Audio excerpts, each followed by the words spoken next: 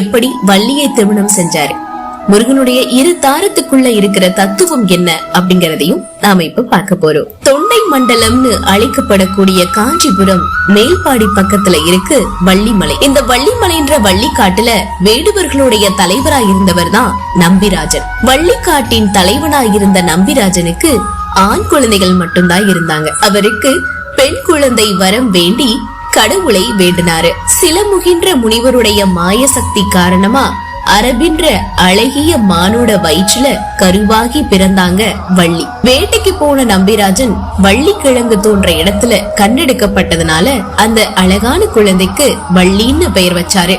இலங்கையில உள்ள கதிர்காமம்ன்ற பகுதியில தான் வள்ளி கண்டெடுக்கப்பட்ட இடங்க.